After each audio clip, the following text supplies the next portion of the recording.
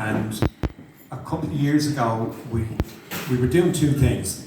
Number one, we thought there are really important cultural stories of our country that aren't being told. And for Niall and myself, we've spent our entire lives going to gigs. And the gigs that we were fortunate to be able to go and see were enabled by, and we feel this very strongly, a generation of revolutionaries. And I include everyone who's going to be speaking tonight in that. And everyone who's here probably knows someone who was speaking. But Ireland was backward. We didn't have a live music industry because of the Troubles. Bands were terrified to come here. The Miami Massacre then stopped anything that was happening. And then a guy called Paul Charles got together with people like Ian Wilson, Elvira Butler, ENTS officers from around the country, and said, we're going to bring new bands to this country. It's not right, we shouldn't be cut off. And new bands came and they played, and bands like the Stranglers, who to me are a really big band, said, no, we're not going there because we'll get killed. They're Irish, they're savages, they'll skin us. I'm thinking, you're the Stranglers, you're meant to be tough. But they were afraid to come over. So they said to Paul, Charles, we'll only come if you hold our hand, if you come with us. So he did. He went on every gig to make sure they were safe, and they realised this is fantastic. And then it spiralled into what is now one of the most successful live music industries in any country in the world. But it's thanks to the revolutionaries, including Dave, who decided that they put on leather jackets with badges that they probably stole from the Dandelion Market, or maybe they paid for them if Freddie McKenna was looking in their direction. So Niall and myself are just documenting these stories. We go around the country and we talk to people about what they did, what inspired them, and the role that they played.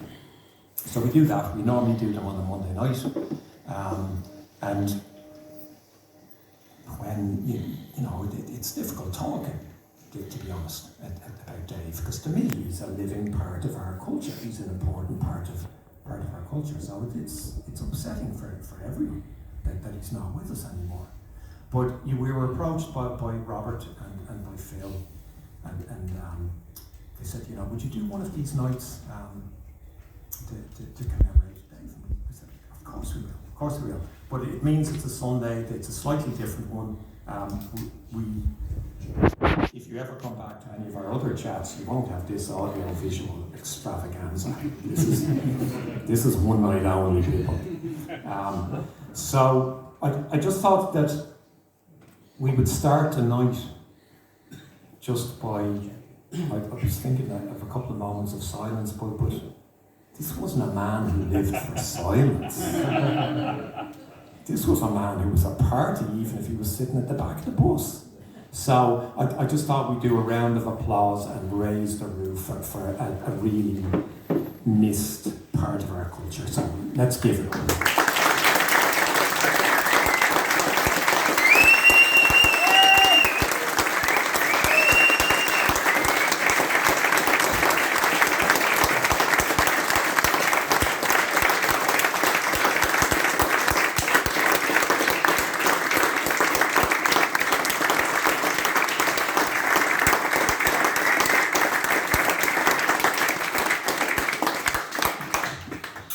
And there were two things that Dave liked, from my experience with him. One is he loved talking, and number two was he loved people talking about him. So tonight is all about the memories of the moment. But we're going to start with something that's very important, and it's also a reminder that we've got to capture these stories.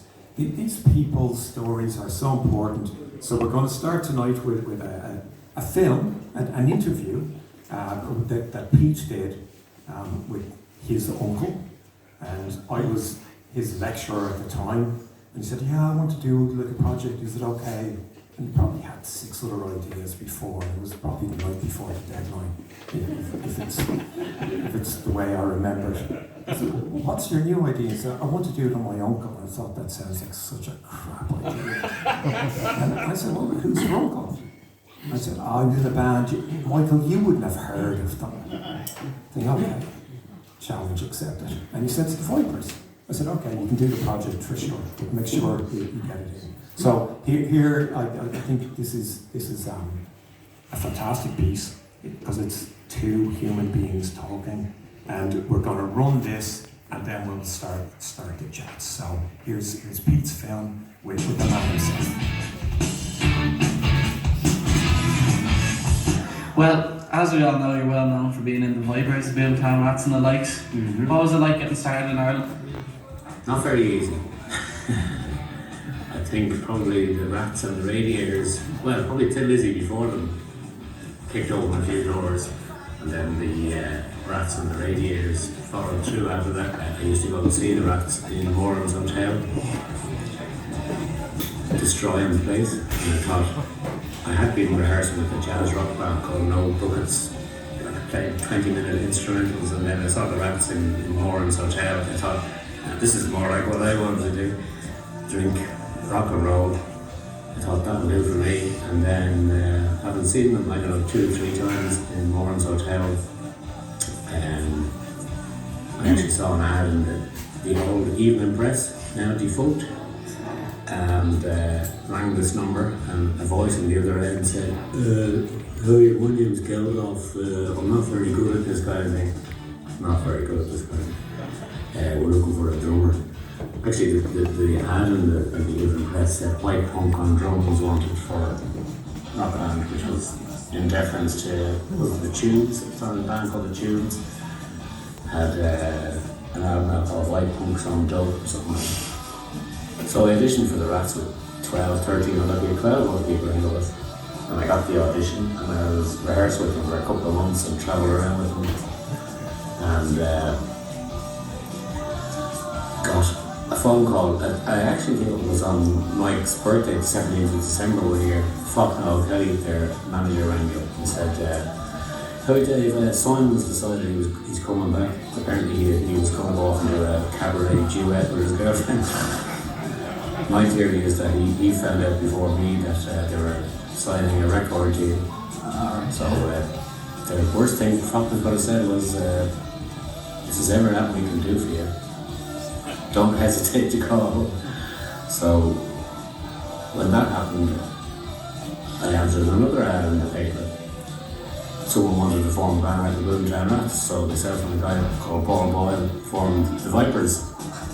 So having rehearsed with them, we then saw, again, the Evening Press front page one night, "Boomtown Rats signed $1 million deal." I was like, and so I had all the numbers, so I rang them up and said, their first British tour was coming up, so I rang them up and said, "Hi lads, Dave, how's it going?" I said, "Grand, new band together, the Vipers, yeah.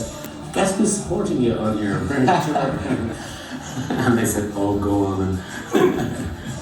So we got that tour, and then via that tour we got introduced to Phil, and we ended up doing the Black Rose tour in 1979, supporting the Lizzy, which was, I think, 32 dates over 7 weeks or something. It was mayhem.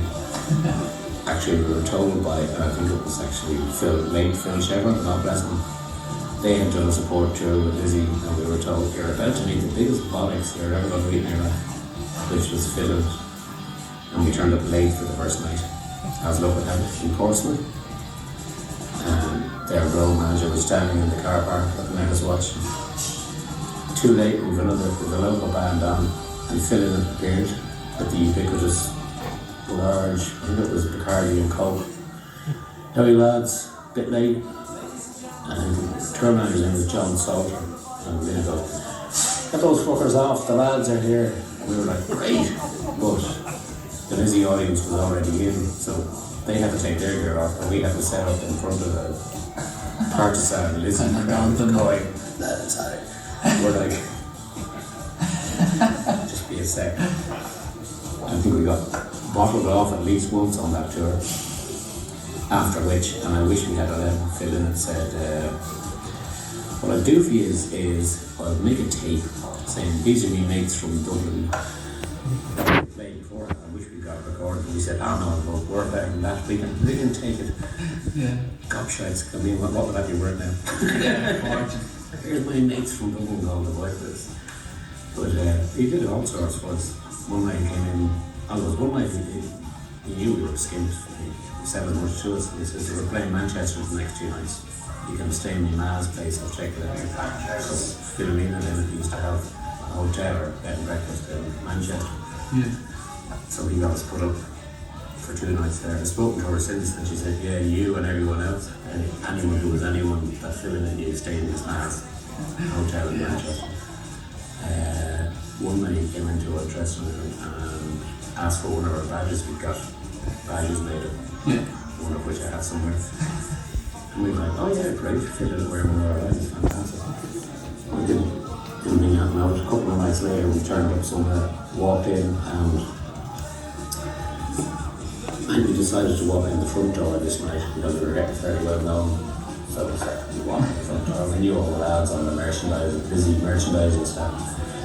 How the lads were up grand, couldn't see it, blah blah, and all of a sudden up on the wall was like 40 Vipers t-shirts. I were like, did you? No, it wasn't me. Our manager at the time did. No, Rody, no one knew what the fuck was going on.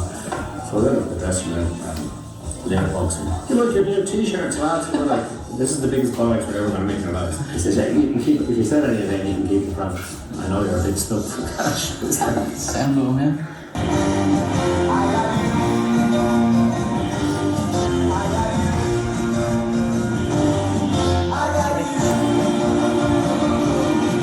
Well, I have to say, listening to stuff like Soft Machine and Mahavishnu Orchestra, I definitely learned how to, I taught myself how to play the drums. Yeah. And listening to that stuff, you really had to know how to get around the drum kit. But I'm more into 3 or 4 minute rock songs or pop songs or whatever. Beginning, middle, end, rather than just, as I call it, musical masturbation. I'm brilliant. Yeah, we know you're brilliant. Don't keep proving it 2 seconds of every song. Until the shed at the bottom of my mother's garden was empty, so after I told you about it, I answered the ad. This guy, Paul Boyle, wanted to form a band. We formed the Vipers, and I thought, great. Well, we ready-made rehearsal room. So we immediately moved in there to the annoyance of most of our neighbours. So you said you taught yourself the drums? Yeah. How did you do that? I used to. I bought first drum kit, evening press again. I know a lot of the evening. I bought a second-hand drum kit for 25 pumps, which was a conglomeration of an Ajax and a Pearl kit and a couple of cracked cymbals. And what I did was, probably why I failed the leavings there, it was actually the first day of my last year at school. And every day for a solid year, what I did was put all my favourite albums on and put a pair of headphones on so I could hear the music, and drums were so loud you could hear them over the background, so I just played along to all my favourite music and learned there's an interesting roll. But you'd have to, in those days you couldn't rewind, it was just lift the needle and put it back to where. Listen to that again, figure out how he did that. That's class. So I learned. Like I can't, even to this day, I can't read music or speak drums. Like, you should put a paradiddle in there. Oh, put a fucking stick in behind there if you want to. I'm of the old school that you won't, I'll play it brigade. That's fair. What happened once or twice. They usually master it. The place, John Murray, who's dead now, he's dead a long time. He used to run the Dublin Drum Centre on Camden Street. I used to go there and buy me sticks and whatever. So I said, I should get some lessons from you. And he says, why? Do you enjoy playing? I said, I love to play. He says, well, why do you want lessons? Because I don't know what this is called or that's called. Or he says, well, why do you want to learn that? He said, if you come in here and get lessons from me, you're going to sound like me. Why would you want to sound like me if you're happy playing the way you're playing? Yeah. So I never got lessons. And I can't give lessons because I can't speak drum either. Like, what's that called? I have no idea. Hit it hard, yeah. So you're saying these are skins, so there wasn't much money in the industry then when you were playing around that? It was just for enjoyment? I think we used to get like 10 punts for a gig between 4 violins, you know? Yeah. You have to get there. picked up after that. Actually made more money with Mad Band like the Cajun Kings in the 90s. Yeah. We'd be doing 6-7 gigs a week for like corporate dues and all this stuff. I think complete shite. I mean, everyone's a good musician, if I could do it myself. But they were all very, like Paul Cleary from the Blains and Colin McCauley, Sean Garvey, everyone had been in. Were you getting fairly well known in Ireland? Like, what was that like? Because people still to this day know you are. Like, I say, oh yeah, I'm gonna go there.